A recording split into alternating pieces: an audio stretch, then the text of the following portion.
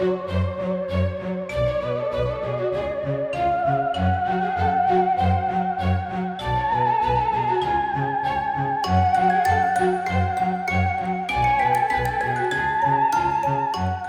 we'll go on to the league news, and we'll go to St Magnus Division.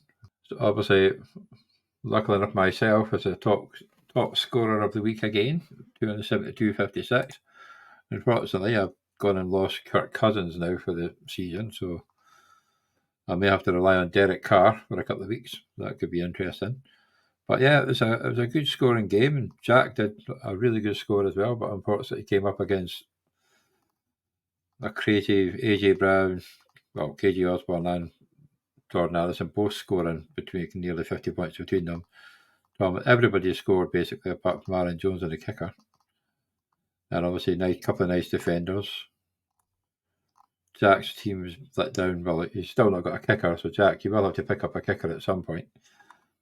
But you've not got Craig shouting about that much, so that's not bad. You've lost Kendrick Bourne on IR, so you've got game Davis on the bench, that's a nice replacement for him.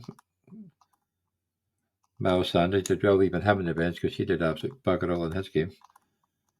We've got Meyer. Yeah, Evans was a bit less, but you had DeAndre Hopkins, that was a nice put in, that one. And Jamar Chase always was good. I think Chase and Burrow Stack, I think it is, yeah. Henderson and Derek Henry. So let's say you scored 224 points, which is still a bloody good score. It's just unfortunately you came up against the top score of the week. Then the next time we got Doug's let himself go there, and obviously come up against 193 points is still a good score, but unfortunately not when you come up against 226 points for the Rotherham Raiders. So it gets them up to 3 and 5, Doug down to 4 and 4. Then of course the probably the tie of the match, you've got Portsmouth Pirates, who actually for quite a long time looked like they were going to win this game.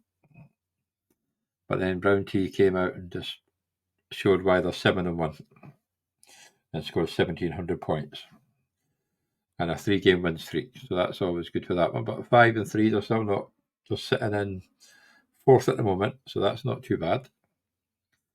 Obviously, I've got 4 and 4. Warner Brothers, obviously get that one up to back to the level of a Tiger Scott against Stephen. It's a bit unlucky, 201 points a game, but lost. And poor Arthur, 218 points, but unfortunately you come up against probably the highest scoring team. Well, they were the highest scoring team. They're now the second highest scoring team in the league, the EK Colts. So what happened? Well, Elliott. But, well, it could have been a higher score with Adams getting nothing, basically. Your Johnny Smith. But no, if you keep on scoring like that, Arthur, it's not going to be long till you're on the win zone instead of being 0 and 8. Obviously, it's probably a bit too late for the playoffs now, but you're obviously playing for divisions. And then down the bottom there, you've got Hot Dog Hot Shots, who still managed to score 208 points as well, but unfortunately came up against the Stoke-on-Bengals with 217 points and 61. So you got to feel a bit unlucky with that one. So there's been a lot of nice scoring in that one, a lot of high scorers, which is good. I suppose there was no bye weeks this week, so everybody got the whole team to choose from, barring any injuries.